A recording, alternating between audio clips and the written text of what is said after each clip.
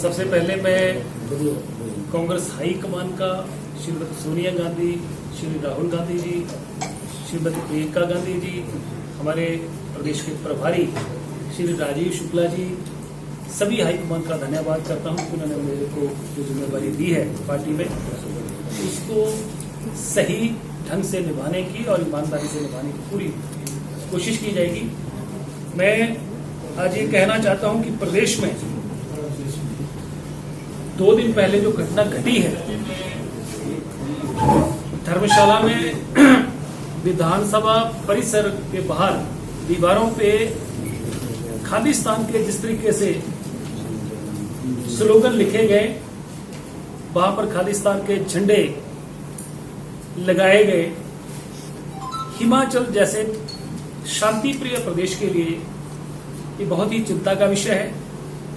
इस मौके पर मैं यही कहना चाहता हूं कि जहां प्रदेश का विषय है, प्रदेश में अमन रहे, चैन रहे, शांति रहे, प्रदेश आगे बढ़े, इसके लिए हम सबको मिलकर एकजुट होकर ऐसी राष्ट्र विरोधी ताकतों के खिलाफ लड़ना पड़ेगा और ऐसी ताकतें जो सिर उठा रही हैं और जो लोग इन कामों में संलिप्त हैं उनके खिलाफ सरकार को कड़ी कार्रवाई करनी चाहिए।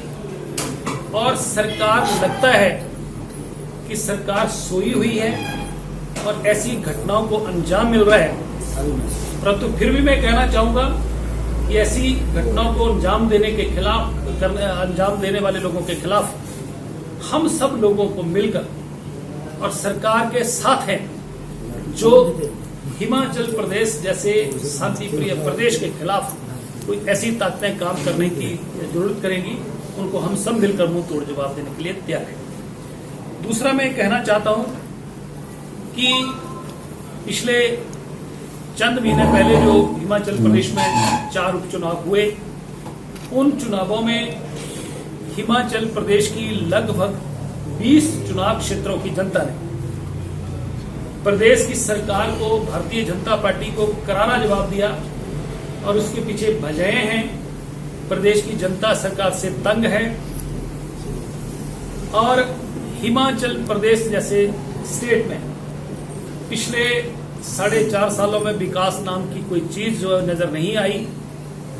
महंगाई सबसे बड़ा मुद्दा है और जब केंद्र में यूपीए की सरकार थी उस समय भारतीय जनता पार्टी का स्लोगन आया कि बहुत हुई महंगाई की मार, अब की बार मोदी की सरकार। तो जो सिलेंडर 400 रुपए में मिलता था, अब वो सिलेंडर 1100 रुपए पहुंच गया। जो तेल की बोतल 70 रुपए में मिलती थी वो 230 रुपए में हो गई। खाने पीने के दाम बढ़ गए। तो जो लोग सड़कों पे कपड़े उतार के प्रदर्शन करते थे, धरने प्रदर्शन होते थे, तो आज वो लोग चुप क्यों हो गए? अब सरकार को जवाब देना पड़ेगा, भाजपा को जवाब देना पड़ेगा कि जो नारा उन्होंने उस समय दिया था उस पे प्रदेश की जनता जवाब चाहती है कि आपने सरकार बनने के बाद महंगाई को रोका, कम किया या 3 गुना बढ़ाया। 400 रुपए वाला सिलेंडर 1100 प्लस हो गया है, आपने लगभग 3 गुना महंगाई बढ़ाई है। हम प्रदेश की जनता इसका जवाब चाहती है। और दूसरा मैं ये कहना चाहता हूं कि हिमाचल प्रदेश जैसे शांति प्रिय प्रदेश में ये सरकार पूरी तरह फेल हो गई है। सरकार नाम की कोई चीज नहीं है और लगातार भर्तियों में घोटाले हो रहे हैं। और मैं इसका उदाहरण दे रहा हूं कि 2019-20 में जब पुलिस की भर्ती हुई तो बहुत बड़ा स्कैम वहां पर जो पकड़ा गया, प्रदेश के नौजवानों में निराशा उनको मिली और आज फिर से हिमाचल प्रदेश में पुलिस भर्ती में जिस तरीके से पेपर लीक हुआ, लगभग 80 करोड़ रुपए का स्कैम जो है ये बताया जा रहा है। लगभग 1000 लोगों के पास ये पेपर पहुंच चुका है और इस तरीके की घटनाओं को जो अंजाम दिए जा रहा है, मुझे लगता है कि सरकार का प्रशासन पे कोई पकड़ नहीं रही है। सरकार पूरी तरह फेल हो चुकी है। लोगों में, नौजवानों में निराशा लोगों को मिल रही है और इस दौरान जो लोग प्राइवेट सेक्टर में नौकरियां कर रहे थे, उनकी नौकरियां चली गई। सरकार के पास उनका कोई आंकड़ा नहीं है, कोई उनकी सूची नहीं है। आज लोग जो हैं, नौजवान जो निराशा के दौर से गुजरे हैं, उनके माता पिता निराशा के दौर से गुजरे हैं। और तीसरा, ये सरकार इसलिए फेल हुई कि प्रदेश में जब वीरभद्र जी के नेतृत्व में कांग्रेस की सरकार थी, उस समय हर जनसभा में मैंने बात कही कि हिमाचल प्रदेश को कर्जे में डुबो दिया। हम सरकार से पूछना चाह रहे हैं कि हिमाचल प्रदेश में 70 साल में कर्जा प्रदेश पर 45,000 करोड़ रुपया हुआ। आपने तो 4.5 साल में 45,000 करोड़ से 70,000 करोड़ रुपया कर्जा कर दिया। मतलब अगर सरकार की कोई उपलब्धि बताई जाए तो सबसे बड़ी उपलब्धि जो है वो कर्जा जो है 25,000 करोड़ रुपया कर्जा पिछले 4.5 साल में सरकार ने ले लिया। हम पूछना चाहते हैं कि प्रदेश की जनता के साथ जो आपने धोखा किया, वायदा खिलाफी की कि डबल इंजन की सरकार बनाइए, और डबल इंजन का जो सरकार बनेगी वो डबल विकास होगा। और हमें तो उम्मीद थी कि प्रदेश के मेंबर पार्लियामेंट, हमारे लोकल मेंबर पार्लियामेंट को केंद्र में राज्य वित्त मंत्री के रूप में भी सेवा करने का मौका मिला। प्रदेश की जनता को बहुत उम्मीद थी, परंतु प्रदेश की जनता को कुछ नहीं मिला और हिमाचल प्रदेश लगातार कर्जे में डूब गया। और डबल इंजन से तो उम्मीद थी कि कोई बेल और पैकेज मिलेंगे, कोई कर्जा जो है वो उसको कम करने के लिए केंद्र सरकार से मदद मिलेगी। लोगों को निराशा मिली है।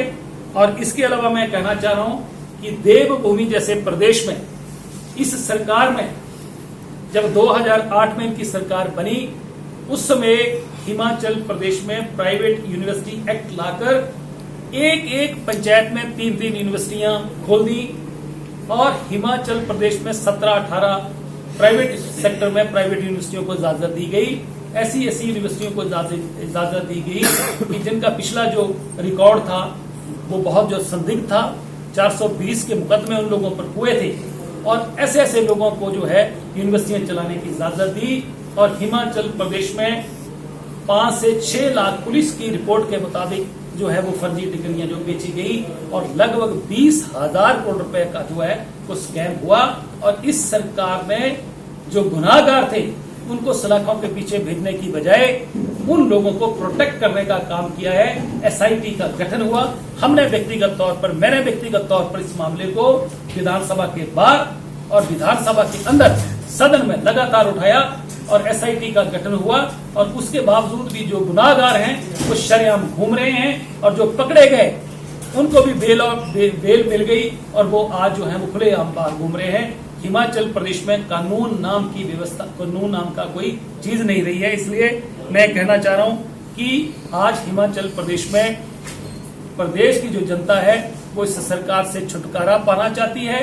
और ऐसी ताकतें जो हिमाचल प्रदेश में जो काम इस वक्त जो प्रवेश करने की कोशिश कर रही हैं और शांति प्रिय प्रदेश को जो है यहाँ का जो माहौल है उसको खराब करने की जो लोग करने की कोशिश कर रहे हैं, ऐसे लोगों को हिमाचल प्रदेश की जनता को मुंह तोड़ जवाब देना चाहिए। और आखिर में एक बात मैं और कहना चाहता हूं कि पिछले 4.5 साल में हमीरपुर की पूरी तरह अनदेखी हुई है। और हमीरपुर की जो अनदेखी हुई है, सरकार ने जो अनदेखी की है, हमीरपुर की जनता आने वाले अक्टूबर-नवंबर में जो चुनाव हो गए उसमें भारतीय जनता पार्टी को करारा जवाब देने वाली है।